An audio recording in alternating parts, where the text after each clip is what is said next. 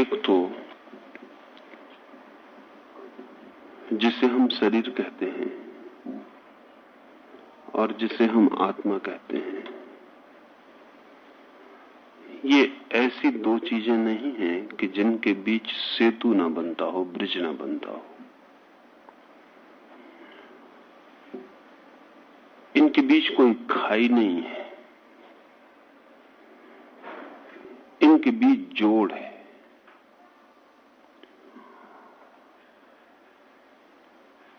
तो सदा से एक ख्याल था कि शरीर अलग है, आत्मा अलग है, और ये दोनों इस भांति अलग हैं कि इन दोनों के बीच कोई सेतु, कोई ब्रिज नहीं बन सकता।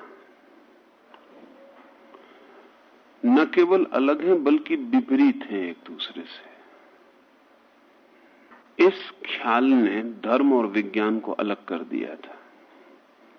धर्म वो था जो शरीर के अतिरिक्त जो है उसकी खोज करे, और विज्ञान वो था जो शरीर की खोज करे, आत्मा के अतिरिक्त जो है उसकी खोज करे। स्वभावतः दोनों तरह की खोज एक को मानती और दूसरे को इनकार करती रही, क्योंकि विज्ञान जिसे खोजता था उसे वो कहता था शरीर है, आत्मा कहां, और धर्म जिसे खोजता था उसे वो मानता था आत्मा है, शरीर कहां। तो धर्म जब अपनी पूरी ऊंचाइयों पर पहुंचा तो उसने शरीर को इल्यूजन और माया कह दिया कि वो है ही नहीं, आत्मा ही सत्य है, शरीर भ्रम है। और विज्ञान जब अपनी ऊंचाइयों पर पहुंचा तो उसने कह दिया कि आत्मा तो एक झूठ, एक असत्य है, शरीर ही सब कुछ है। ये भ्रांति आत्मा और शरीर को अनिवार्य रूप से विरोधी तत्वों की तरह मानने से हुई। मैंने 7 शरीरों की बात कही। ये 7 शरीर, अगर पहला शरीर हम भौतिक शरीर मान लें और अंतिम शरीर आत्मिक मान लें और बीच के 5 शरीरों को छोड़ दें, तो इनके बीच सेतु नहीं बन सकेगा। ऐसे ही जैसे जिन सीढ़ियों से चढ़ के आप आए हैं, ऊपर की सीढ़ी बचा लें और पहली सीढ़ी बचा लें नीचे की, और बीच की सीढ़ियों को छोड़ दें, तो आपको लगेगा कि पहली सीढ़ी कहां और दूसरी सीढ़ी कहां, बीच में खाई हो जाएगी। अगर आप सारी सीढ़ियों को देखें तो पहली सीढ़ी भी आखिरी सीढ़ी से जुड़ी, और अगर ठीक से देखें तो आखिरी सीढ़ी पहली सीढ़ी का ही आखिरी हिस्सा है, और पहली सीढ़ी आखिरी सीढ़ी का पहला हिस्सा है। तो जब पूरे 7 शरीरों को हम समझेंगे तब पहले और दूसरे शरीर में जोड़ बनता है, क्योंकि पहला शरीर है भौतिक शरीर, फिजिकल बॉडी, दूसरा शरीर है इथरिक बॉडी, ईथर भाव शरीर। वो भौतिक का ही सूक्ष्मतम रूप है, वो अभौतिक नहीं, वो भौतिक का ही सूक्ष्मतम रूप है। इतना सूक्ष्मतम कि भौतिक उपाय भी उसे पकड़ने में अभी ठीक से समर्थ नहीं हो पाते। लेकिन अब भौतिकवादी इस बात को इंकार नहीं करता है कि भौतिक का सूक्ष्मतम रूप करीब करीब अभौतिक हो जाता है। अब जैसे आज विज्ञान कहता है कि अगर हम पदार्थ को तोड़ते चले जाएं तो जो अंतिम पदार्थ के विश्लेषण पर हमें मिलेंगे इलेक्ट्रॉन, वो अभौतिक हो गए, वो इमैटेरियल हो गए, क्योंकि वो सिर्फ विद्युत के कण हैं। उनमें पदार्थ और सब्सटेंस जैसा कुछ भी नहीं बचा, सिर्फ एनर्जी और ऊर्जा बच रही है। इसलिए बड़ी अद्भुत घटना घटी है पिछले 30 वर्षों में कि जो विज्ञान ये बात स्वीकार करके चला था कि पदार्थ ही सत्य है, वो विज्ञान इस नतीजे पर पहुंचा कि पदार्थ तो बिल्कुल है ही नहीं, एनर्जी और ऊर्जा ही सत्य है। और पदार्थ जो है वो एनर्जी का, ऊर्जा का तीव्र घूमता हुआ रूप है, इसलिए भ्रम पैदा हो रहा है। एक पंखा हमारे ऊपर चल रहा है, ये पंखा इतने जोर से चलाया जा सकता है कि इसकी 3 पखड़ियां हमें दिखाई पड़नी बंद हो जाएं। और जब इसकी 3 पखड़ियां हमें दिखाई पड़नी बंद हो जाएंगी तो पंखा पखड़ियां न मालूम होके 3 का एक गोल चक्कर घूम रहा है ऐसा मालूम होगा। और तीनों पखड़ियों के बीच की जो खाली जगह है वो भर जाएगी, वो खाली नहीं रह जाएगी, क्योंकि 3 पखड़ियां दिखाई नहीं पड़ेंगी। असल में पखड़ियां इतने तेजी से घूम सकती हैं कि इसके पहले कि एक पखड़ी हटे एक जगह से और हमारी आंख से उसका प्रतिबिंब मिटे, उसके पहले दूसरी पखड़ी उसकी जगह आ जाती है। प्रतिबिंब पहला बना रहता और दूसरा उसके ऊपर आ जाता, इसलिए बीच की जो खाली जगह है वो हमें दिखाई नहीं पड़ती। ये पंखा इतनी तेजी से भी घुमाया जा सकता है कि आप इसके ऊपर मजे से बैठ सकें और आपको पता न चले कि नीचे कोई चीज बदल रही है। अगर 2 पखड़ियों के बीच की खाली जगह इतनी तेजी से भर जाए कि एक पखड़ी आपके नीचे से हटे, उसके आप इसके पहले खाली जगह में से गिरे, दूसरी पखड़ी आपको संभाल ले, तो आपको 2 पखड़ियों के बीच का अंतर पता नहीं चलेगा। ये गति की बात है। अगर ऊर्जा तीव्र गति से घूमती है तो हमें पदार्थ मालूम होती है। इसलिए वैज्ञानिक आज जिस एटॉमिक एनर्जी पर सारा का सारा विस्तार कर रहा है, उस एनर्जी को किसी ने देखा नहीं, सिर्फ उसके इफेक्ट्स, उसके परिणाम भर देखे।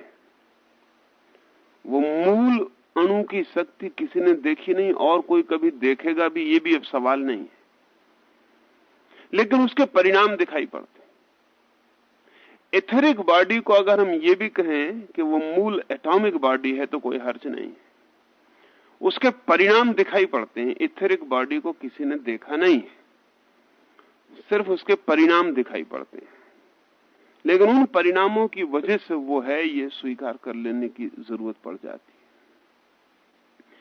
है। ये जो दूसरा शरीर है, ये पहले भौतिक शरीर का ही सूक्ष्मतम रूप है, इसलिए इन दोनों के बीच कोई सीढ़ी बनाने में कठिनाई नहीं। ये दोनों एक तरह से जुड़े ही हुए, एक स्थूल है जो दिखाई पड़ जाता है, दूसरा सूक्ष्म जो दिखाई नहीं पड़ता। इथरिक बॉडी के बाद तीसरा शरीर है जिसे हमने एस्ट्रल बॉडी, सूक्ष्म शरीर का, वो ईथर का भी सूक्ष्मतम रूप है। अभी विज्ञान उस पर नहीं पहुंचा।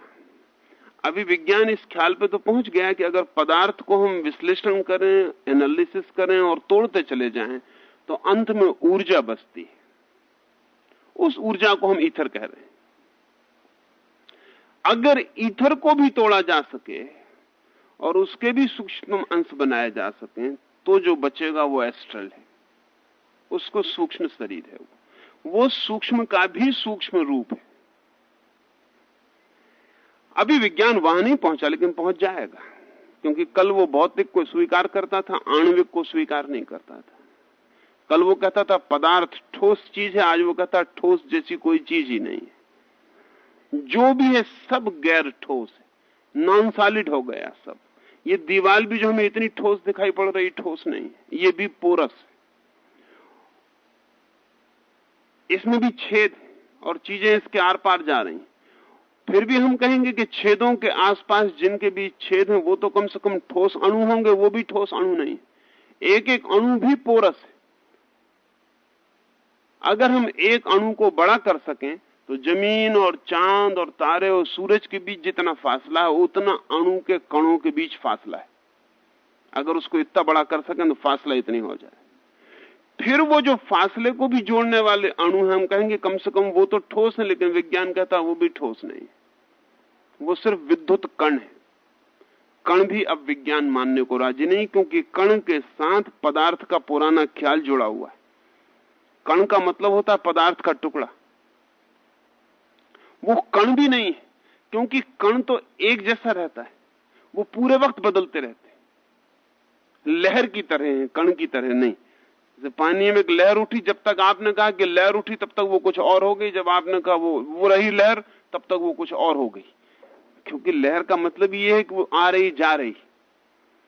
लेकिन अगर हम लहर भी कहें तो भी पानी की लहर एक भौतिक घटना है, इसलिए विज्ञान ने एक नया शब्द खोजा है जो कि कभी था नहीं आज से 30 साल पहले, वो है क्वांटा। अभी हिंदी में उस शब्द के लिए कहना मुश्किल है, इसलिए कहना मुश्किल है जैसा हिंदी के पास शब्द है ब्रह्म और अंग्रेजी में कहना मुश्किल है, क्योंकि कभी जरूरत पड़ गई थी कुछ अनुभव करने वाले लोगों को, तब ये शब्द खोज लिया गया था। पश्चिम उस जगह नहीं पहुंचा कभी, इसलिए शब्द को उनकी कभी जरूरत नहीं पड़ी। इसलिए धर्म की बहुत सी भाषा के शब्द पश्चिम को सीधे लेना पड़ते हैं, जैसे ओम, उसका कोई अनुवाद दुनिया की किसी भाषा में नहीं हो सकता। वो कभी किन्हीं आध्यात्मिक गहराइयों में अनुभव की गई बात है, उसके लिए हमने एक शब्द खोज लिया था, लेकिन पश्चिम के पास उसके लिए कोई समांतर शब्द नहीं है कि उसका अनुवाद किया जा सके। ऐसी क्वांटा पश्चिम के विज्ञान की बहुत ऊंचाई पर पाया गया शब्द, जिसके लिए दूसरी भाषा में कोई शब्द नहीं। क्वांटा का अगर हम मतलब समझना चाहें तो क्वांटा का मतलब होता है कण और तरंग एक साथ। इसको कंसीव करना मुश्किल हो जाएगा। कोई चीज कण और तरंग एक साथ, कभी वो तरंग की तरह व्यवहार करता है और कभी कण की तरह व्यवहार करता है, और कोई भरोसा नहीं उसका कि वो कैसा व्यवहार करे। पदार्थ हमेशा भरोसे योग्य था, पदार्थ में एक सर्टेनिटी थी, लेकिन वो जो अणु ऊर्जा के आखिरी कण मिले हैं वो अनसर्टेन, उनकी कोई निश्चयात्मकता नहीं है, उनके व्यवहार को पक्का तय नहीं किया जा सकता। इसलिए पहले विज्ञान बहुत सर्टेनिटी पे खड़ा था, वो कहता था हर चीज निश्चित है। अब वैज्ञानिक उतने दावे से नहीं कह सकता हर चीज निश्चित है, क्योंकि वही जहां पहुंचा है वहीं उसको पता चला है कि निश्चित होना बहुत ऊपर ऊपर है, भीतर बहुत गहरा अनिश्चय। और एक बड़े मजे की बात है कि अनिश्चय का मतलब क्या होता है। जहां अनिश्चय है वहां चेतना होनी चाहिए, नहीं तो अनिश्चय नहीं हो सकता। अनसर्टेनिटी जो है वो कॉन्शसनेस का हिस्सा है, सर्टेनिटी जो है वो मैटर का हिस्सा है। अगर हम इस कमरे में एक कुर्सी को छोड़ जाएं तो लौट के हमको वो वहीं मिलेगी जहां थी, लेकिन एक बच्चे को हम इस कमरे में छोड़ दें तो वहीं नहीं मिलेगा जहां था। उसके बाबत अनसर्टेनिटी रहेगी कि वो कहां है और क्या कर रहा है।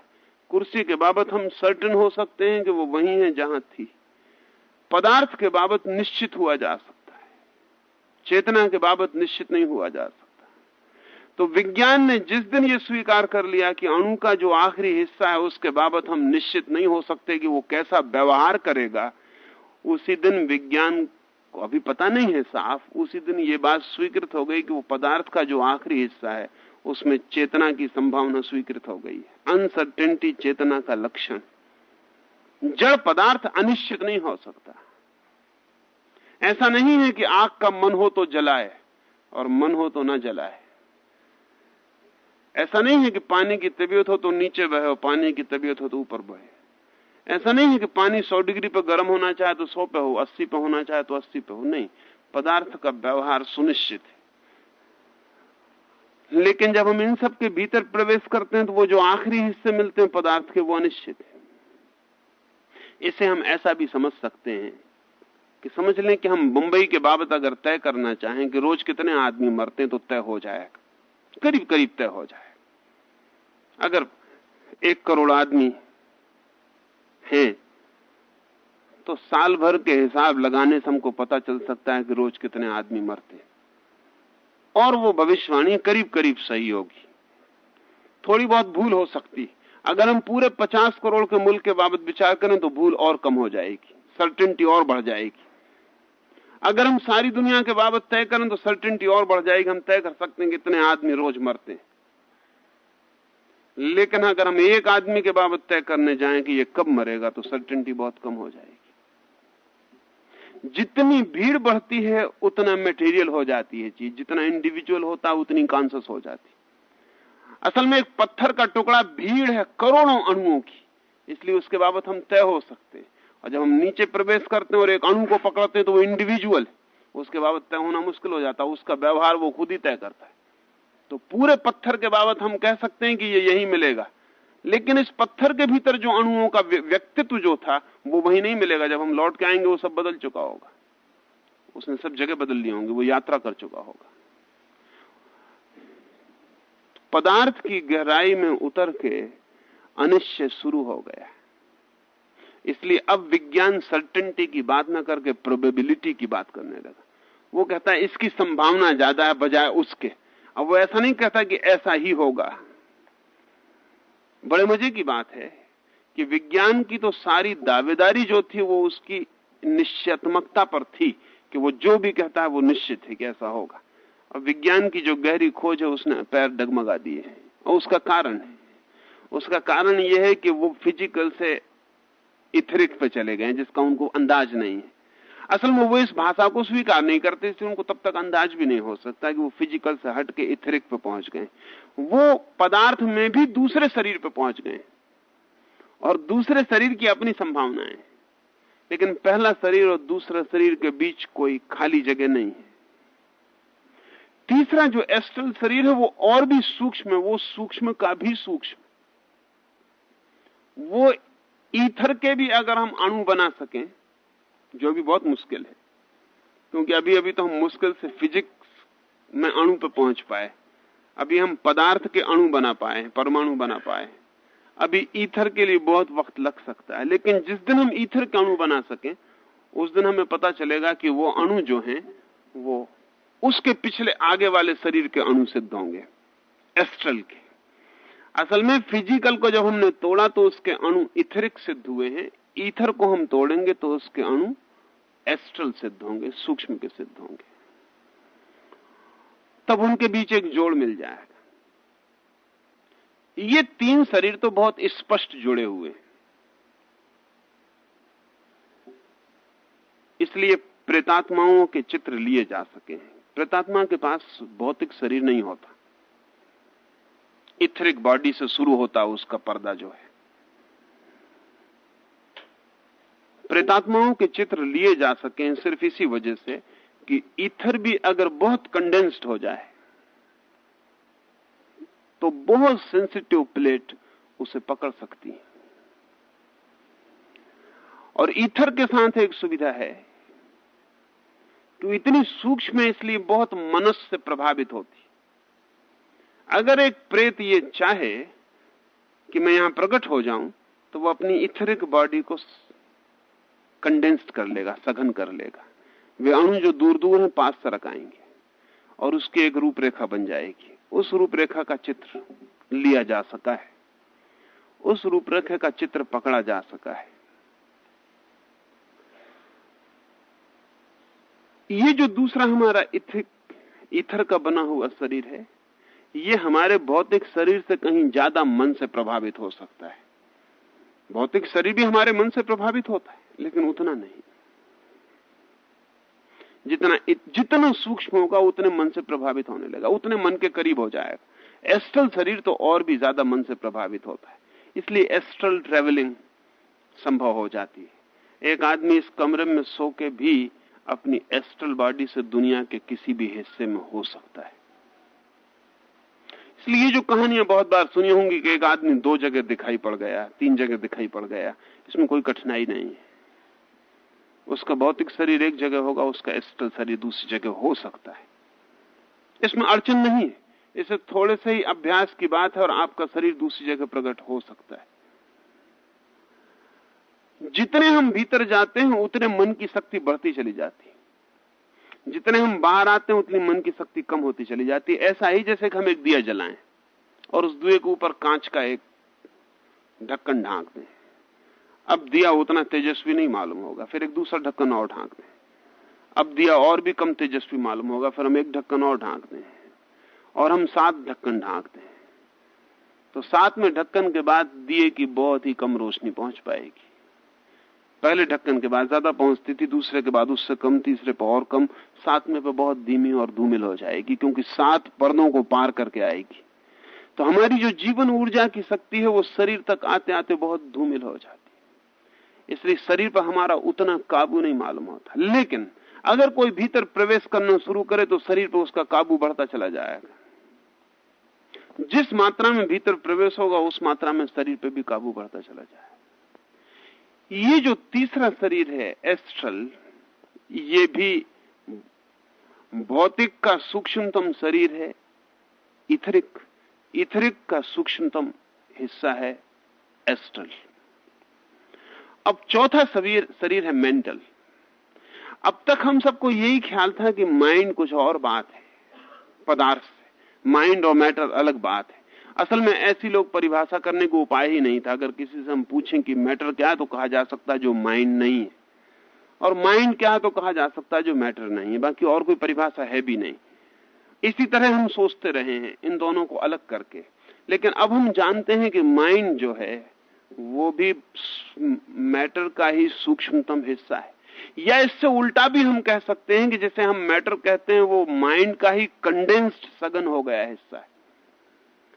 एस्ट्रल का भी अगर अणु टूटेगा तो वो माइंड का थॉट वेव्स बन जाएंगी। अब क्वांटा और थॉट वेव्स में बड़ी निकटतमता है।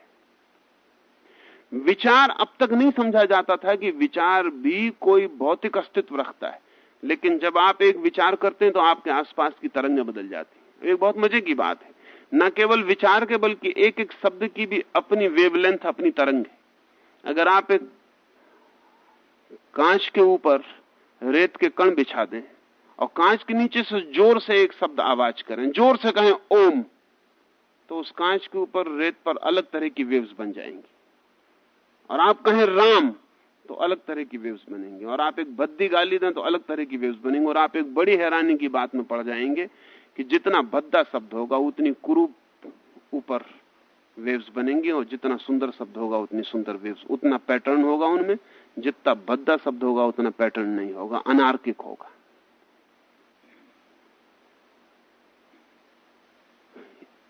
शब्द का भी इसलिए बहुत हजारों वर्ष तक शब्द के लिए बड़ी खोजबीन हुई कि कौन सा शब्द सुंदर तरंगें पैदा करता है,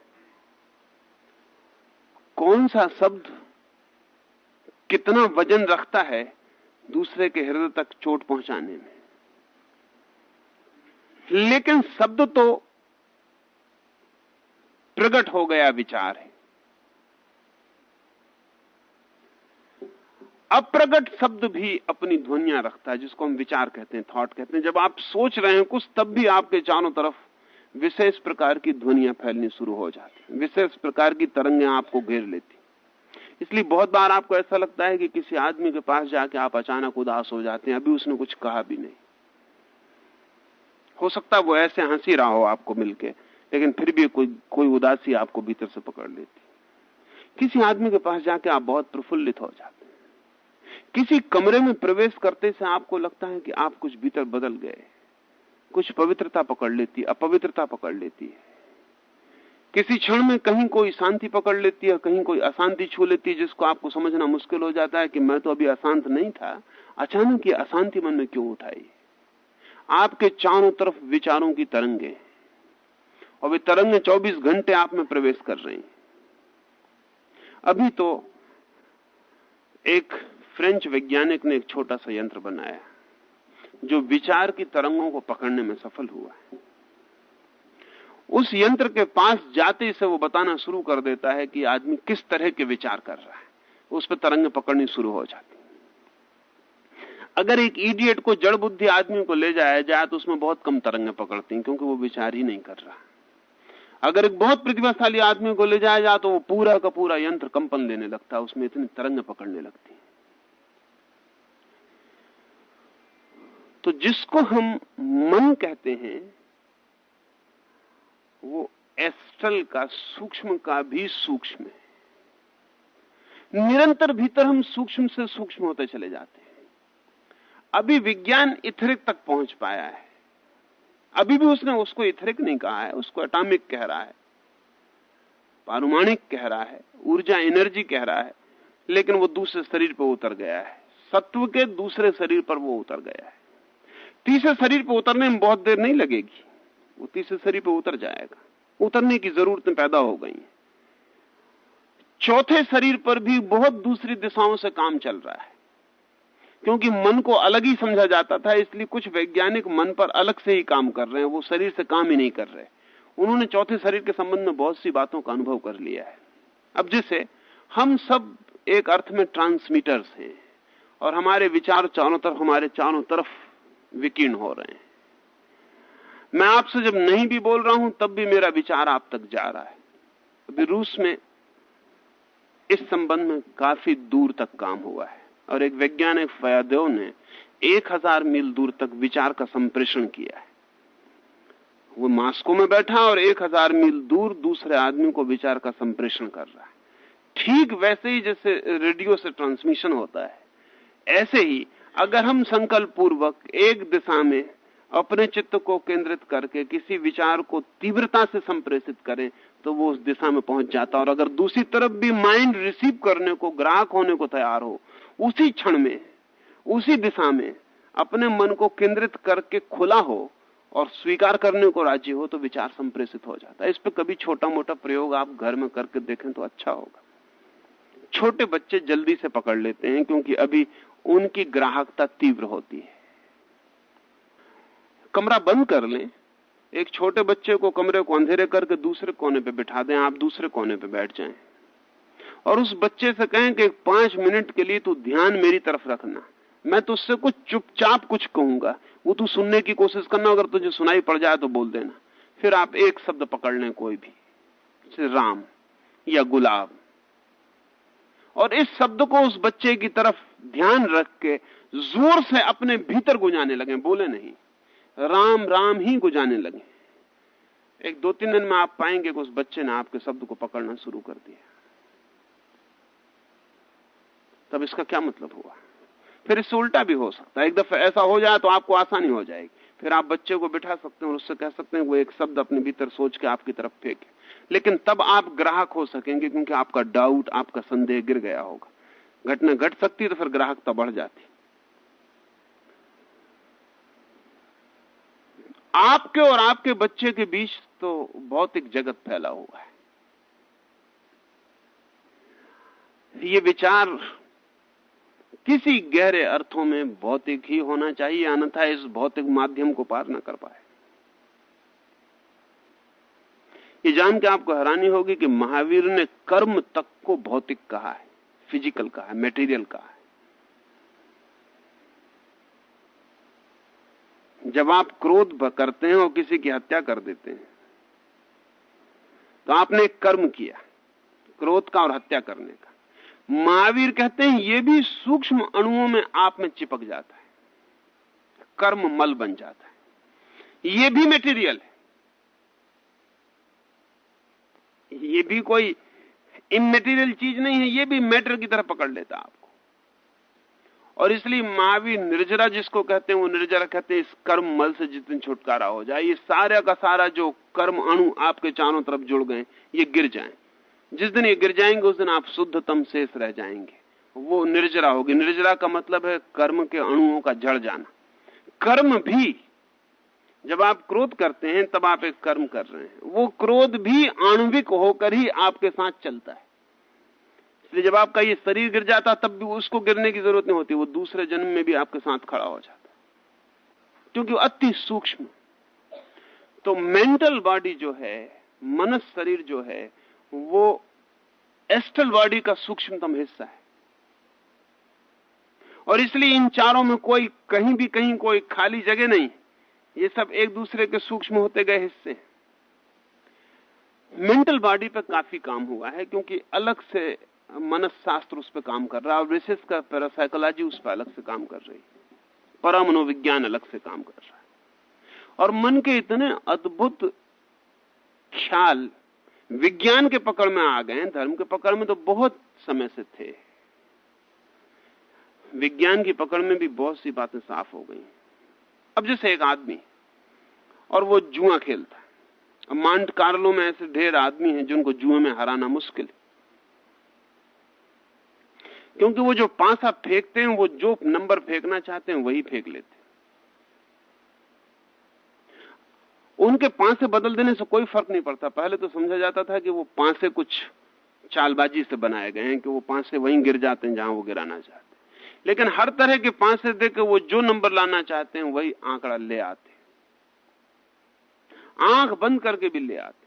तब बड़ी मुश्किल हो गई, तब इसकी जांच पड़ताल करनी जरूरी होगी कि बात क्या है। असल में उनका विचार का तीव्र संकल्प पांसे को प्रभावित करता है। वो जो लाना चाहते हैं उसके तीव्र संकल्प की धारा से पांसों को फेंकते हैं। विचार की वो तरंगें उन पांसों को उसी आंकड़े पर ले आती।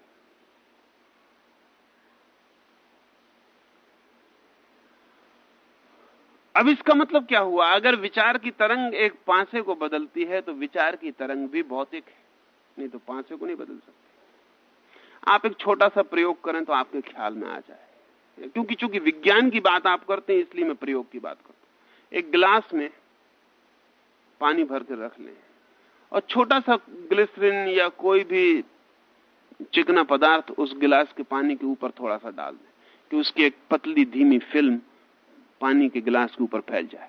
एक छोटी आलपीन बिल्कुल पतली के उस फिल्म पर तैर सके, उसको उसके ऊपर छोड़ दें। फिर कमरे को सब तरफ से बंद करके दोनों हाथों को जमीन पर टेक के आंखें उस छोटी सी आलपीन पर गड़ा लें। एक 5 मिनट चुपचाप बैठे रहें आंखें गड़ाए हुए, फिर उस अल्पीन से कहें कि बाएं घूम जाओ, तो अल्पीन बाएं घूमेगी। फिर कहें दाएं घूम जाओ तो दाएं घूमेगी। कहें कि रुक जाओ तो रुकेगी। कहें कि चलो तो चलेगी।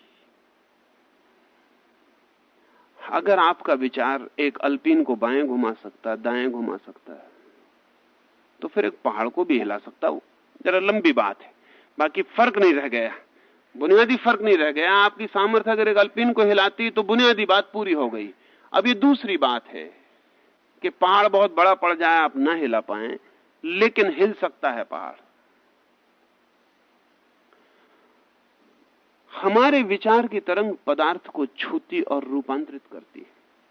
इसीलिए अगर आपके कपड़े को दिया जा सके, ऐसे लोग हैं जिनको आपके हाथ का रुमाल दिया जा सके, तो आपके व्यक्तित्व के संबंध में वे करीब करीब उतनी ही बातें बता देंगे जितना आपको देख के बताया जा सकता था, क्योंकि आपके हाथ का रुमाल आपके विचार की तरंगों को अवशोषित कर जाता है। आपका गहना आपके तरंगों को अवशोषित कर जाता है। और मजा यह है कि वो इतनी सूक्ष्म तरंगे हैं कि एक रुमाल जो सिकंदर के हाथ में रहा हो वो अभी भी सिकंदर के व्यक्तित्व की खबर देता है। वो इतनी सूक्ष्म तरंगे हैं कि उनको फिर बाहर निकलने में करोड़ों वर्ष लग जाते। इसलिए कब्रें हमने बनानी शुरू की थी, समाधियां बनानी शुरू की थी। कल मैंने आपसे कहा था कि इस मुल्क में हम मरे हुए आदमी को तत्काल जला देते हैं, लेकिन सन्यासी को नहीं जलाते। मरे हुए आदमी को इसलिए जला देते हैं कि उसकी आत्मा उसके आसपास न भटके। सन्यासी को इसलिए जलाते कि उसकी तो जिंदगी में आत्मा ने आसपास भटकना बंद कर दिया था। अब उसके शरीर को, उसकी आत्मा को कोई खतरा नहीं है कि वो भटके, पर उसके शरीर को हम बचा लेना चाहते हैं। क्योंकि जो आदमी अगर 30 वर्ष तक पवित्रता के विचारों में जिया हो, उसका शरीर हजारों लाखों वर्ष तक उस तरह की तरंगों को विकीर्ण करता रहेगा और उसकी समाधि अर्थपूर्ण हो जाएगी। उसकी समाधि के आसपास परिणाम होंगे। वो शरीर तो मर गया, लेकिन वो शरीर इतने निकट रहा है उस आत्मा के कि अवशोषित कर गया है बहुत कुछ। जो भी विकीर्ण हो रहा था उसे वो अवशोषित कर गया। विचार की अनंत संभावनाएं हैं, लेकिन हैं वे सब भौतिक। इसलिए जब आप एक विचार सोचते हैं तो बहुत ध्यान रख के सोचना चाहिए, क्योंकि उसकी तरंगें आप नहीं होंगे तब भी शेष रहेंगी। नहीं, आपका मर जाना, आपकी उम्र बहुत कम है, लेकिन विचार इतना सूक्ष्म है कि उसकी उम्र बहुत ज्यादा है। इसलिए वैज्ञानिक तो अब इस ख्याल पर पहुंचे हैं कि अगर जीसस कभी हुए हैं या कृष्ण कभी हुए हैं तो आज नहीं कल हम उनकी विचार तरंगों को पकड़ने में समर्थ हो जाएंगे। और यह तय हो सकेगा कि कृष्ण ने गीता कभी कही है कि नहीं कही है, क्योंकि वे विचार तरंगें जो कृष्ण से निकली हैं वे आज भी लोकांतर में किसी ग्रह, किसी उपग्रह के पास टकरा रही होंगी। ऐसे ही जैसे हम एक कंकड़ समुद्र में फेंके, तो जब कंकड़ गिरता है तो एक छोटा सा छिद्र, एक छोटा सा वर्तुल समुद्र के पानी पर बनेगा, फिर कंकड़ तो डूब जाएगा। कंकड़ की जिंदगी पानी की सतह पे बहुत ज्यादा नहीं। कंकड़ की जिंदगी तो पानी पे छुआ नहीं कि गया, लेकिन उस वर्तुल से, कंकड़ की चोट से जो तरंगें पैदा हुई वो फैलनी शुरू हो जाएंगी, वो बढ़ती जाएंगी, वो अंतहीन है उनका बढ़ाव। आपकी आंख से ओझल हो जाएंगी, लेकिन न मालूम किन दूर तटों पर वो अभी भी बढ़ रही हों। तो जो विचार कभी भी पैदा हुए हैं, बोले ही नहीं गए, जो मन में भी हुए, वे विचार भी दूर इस जगत के आकाश में किन्हीं किनारों पर अभी भी बढ़ते चले जा रहे। उनको पकड़ा जा सकता है। किसी दिन अगर मनुष्य की गति तीव्र हो सकी विज्ञान की और उनसे आगे निकल सके तो उन्हें सुना जा सकता है। अब समझिए कि दिल्ली से अगर एक रेडियो पर रेडियो वेव्स बंबई के लिए खबर भेजती हैं, तो उसी वक्त थोड़ी खबर यहां आ जाती जब दिल्ली से की जाती है। थोड़ा टाइम गैप है, क्योंकि ध्वनि की यात्रा में समय लगता है। दिल्ली में तो वो ध्वनि मर चुकी होती जब बंबई आती, वहां से तरंगें आगे निकल गई होती। दिल्ली में वो नहीं है। अब थोड़े ही क्षणों का फासला पड़ता है, लेकिन क्षण बीच में गिरते। अगर समझ लें कि न्यूयॉर्क से एक आदमी को टेलीविजन पे हम देख रहे हैं, तो जब उसका चित्र न्यूयॉर्क में बनता है तभी हमें दिखाई नहीं पड़ता। उसके चित्र बनने में और हम तक पहुंचने में समय का फासला है। यह भी हो सकता है इस समय में वो आदमी मर गया हो, लेकिन हमें वो आदमी जिंदा दिखाई पड़ेगा। हमारी पृथ्वी से भी विचार की, चित्रों की तरंगें अनंत लोगों तक जा रही हैं।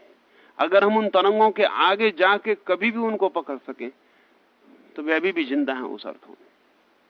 आदमी मर जाता है, विचार इतने जल्दी नहीं मरता। आदमी की उम्र बहुत कम है, विचार की उम्र बहुत ज्यादा है। और यह भी ख्याल रहे कि जो विचार हम प्रकट नहीं करते उसकी उम्र और ज्यादा है उस विचार से जो हम प्रकट कर देते, क्योंकि वो और ज्यादा सूक्ष्म। जो अप्रगट है वो और सूक्ष्म, उसकी उम्र और ज्यादा। जितना सूक्ष्म उतनी ज्यादा उम्र, जितना स्थूल उतनी कम उम्र। ये जो विचार है ये बहुत तरह से, जिसको हम भौतिक जगत कह रहे हैं, उसको प्रभावित कर रहे हैं, हमें ख्याल में नहीं।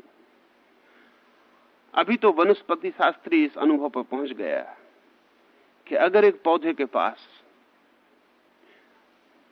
प्रीतिपूर्ण संगीत बजाया जाए तो पौधा जल्दी फल देना शुरू कर देता, जल्दी उसमें फूल आ जाते हैं बेमौसम। अगर उसके पास कुरु, भद्दा और नॉइजी संगीत बजाया जाए तो मौसम भी निकल जाता और उसके फल नहीं आते और फूल नहीं आते। वो तरंगें उसको छू रही हैं, उसको स्पर्श कर रही हैं। गायें ज्यादा दूध दे देती हैं खास संगीत के प्रभाव में।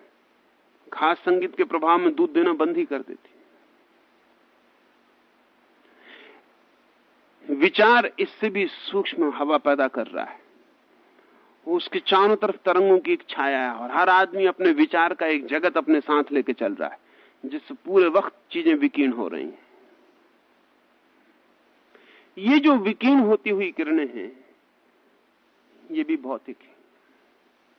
हमारा माइंड जिसे हम कहते हैं वो मेंटल ही नहीं है।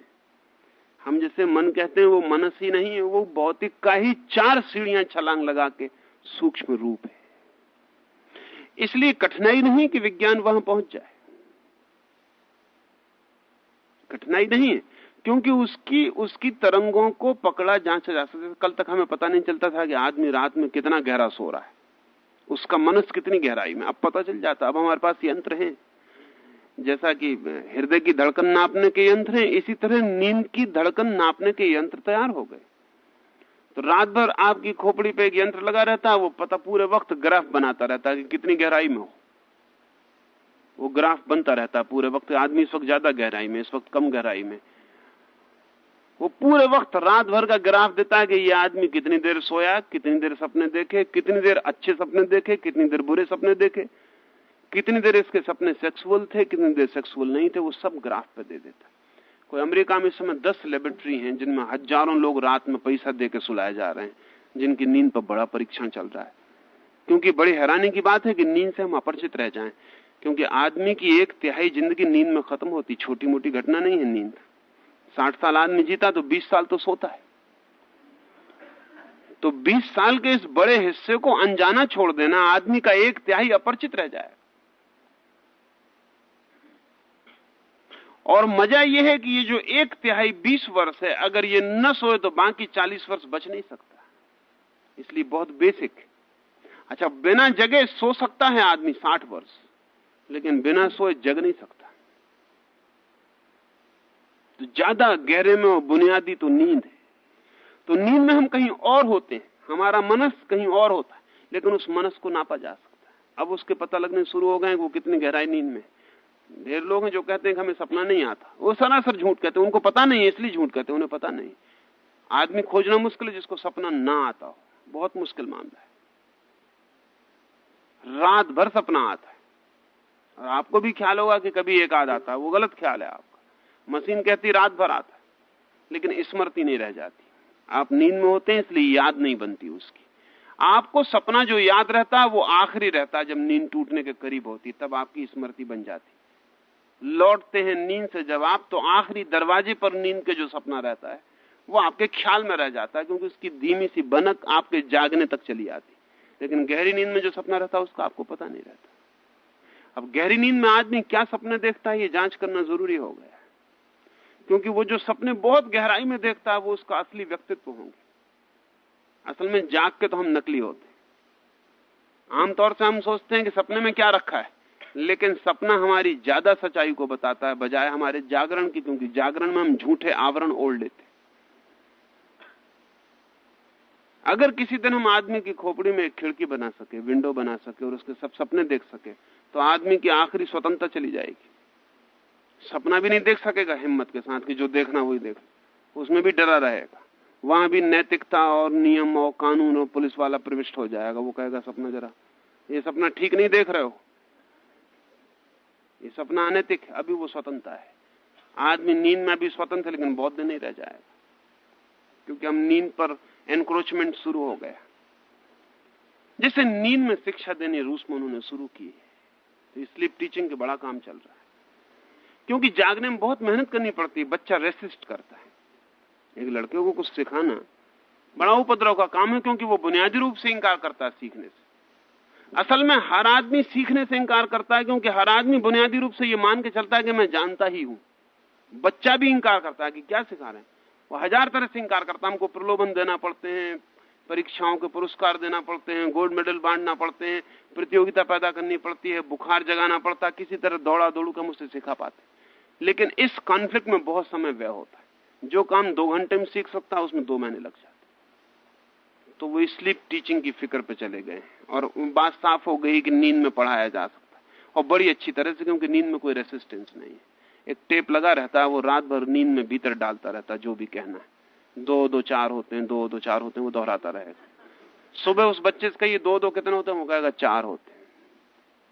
अब ये जो नींद में विचार डाला जा सका, ये विचार तरंगों से भी डाला जा सकता है, क्योंकि विचार की तरंग हमारे ख्याल में आ गई, जैसे कि हमें कल तक ख्याल नहीं था। जैसे हम आप जानते हैं कि ग्रामोफोन का रिकॉर्ड है, उस रिकॉर्ड पर भाषा रिकॉर्ड नहीं है, उस रिकॉर्ड पर सिर्फ तरंगों के आघात रिकॉर्ड है।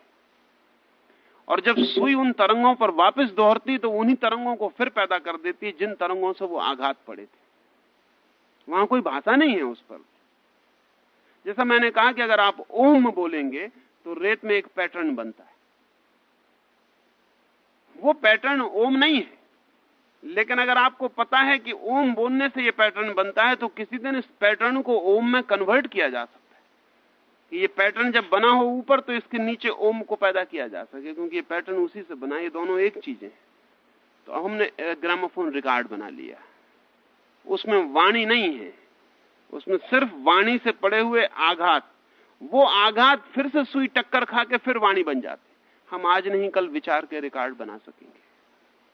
विचार के आघात पकड़े जाने लगे तो रिकॉर्ड बनने में बहुत देर नहीं लगेगी, और तब बड़ी अजीब बात हो जाएगी। तब यह संभव है कि आइंस्टीन मर जाए, लेकिन उसके विचार करने की पूरी प्रक्रिया मशीन में हो। तो आइंस्टीन अगर जिंदा रहता तो आगे जो सोचता वो मशीन सोच के बता सके, क्योंकि उसके सारे के सारे उसके विचार के सारे आघात